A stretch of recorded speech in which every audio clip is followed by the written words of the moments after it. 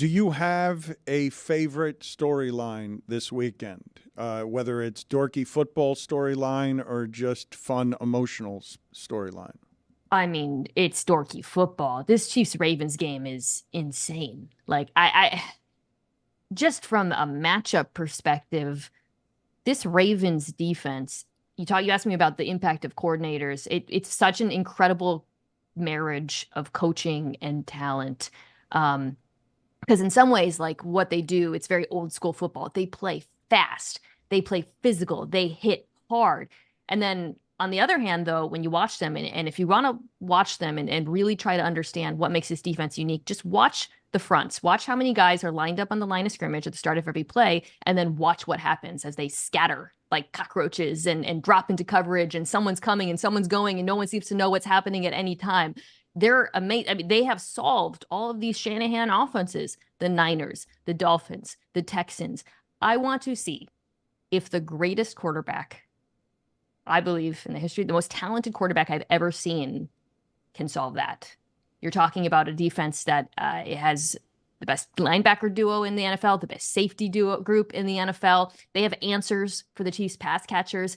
Patrick Mahomes, in my opinion, is going to have to go absolutely nuclear to win this game, which we, of course, know he's capable of. Help me with this part, though, because I don't understand how it is that it went from C.J. Stroud looking like he did against what I know to be a championship caliber defense in Cleveland, and then the next week totally neutered by the Baltimore defense. Is that matchups, or is it that Baltimore's defense can be considered better than Cleveland's, which I thought was championship ready?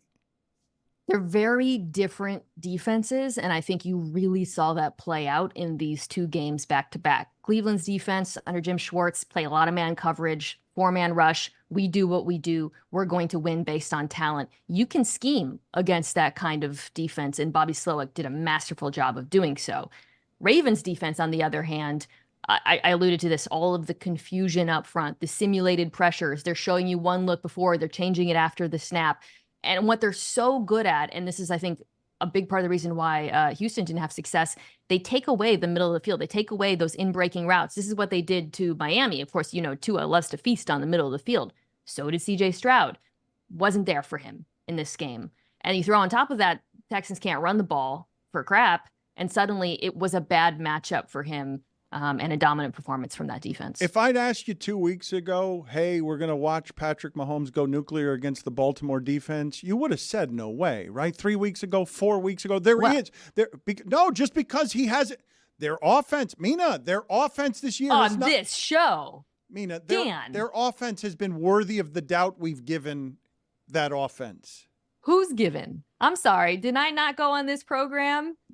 This you asked me to give a hot take. When was this? After? Yes, you did. Yes, you did. Yes. Okay. Fine. Victory lap. I told you so. You're Kornheiser. You're Wilbon. Make that your career the next 20 years. I believe the country at large was doubting this Chiefs team and doubting the greatness of Patrick Mahomes. If he does it against Baltimore, you won't be surprised? No, I'll be surprised not because of Patrick Mahomes, but because it means that one of his receivers has to really go off, and I think that's going to be very challenging. I like Rashee Rice a lot. We got this randomly great MVS game. That would probably have to happen again, and that would be genuinely shocking to me. When Mahomes, it was the first deep ball, the slot fade. When he threw that, no part of my body thought MVS would catch that football. When we saw it so arcing so perfectly down the right sideline, and he sort of took it up no. I did not believe it at all. And then he caught it, and then he caught another one. I don't think that's likely to happen twice. So that would probably have to happen for them to beat the Ravens. It's somebody other than those two guys who have to make plays. It's less than a minute here, but it's not the only thing that has to happen. We're not talking about you being right or Mahomes being nuclear guy if Josh Allen connects on that 80-yard throw. And we're not talking about it. And he wouldn't have beaten Buffalo if Stephon Diggs holds a perfect throw, one of the best throws you'll ever see in your life. Yeah, but it did happen. So, nah. That's right. That's where I always lose. Yes, that's where I always lose. But it did happen. Who's playing in the Super Bowl, Mina? Yeah. Oh, there it is. Ravens Niners. I'd say no, it's boring. Ravens Niners. Oh, that's not boring. I mean, we only got it's a great game. We only got like 3 like days of warming up to the race war between those two teams. Give me 2 weeks of that hype. Mina, come on. The Nick Bosa memes alone will feed the generation. There's going to be a bad call that allows the Kansas City Chiefs to get to the Super Bowl. Don't do this. No, we're not. No, we're not doing that. You seen those we're home splits? You seen those home splits for that crew? Oh boy! I saw a great thread pointing out that the splits are basically identical to road.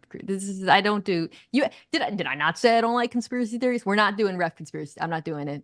I reject the premise. We'll talk to you next week. Looking forward to seeing you in Las Vegas. 1,000 words by February 9th for Stugotz's book that he's not going to write. Okay.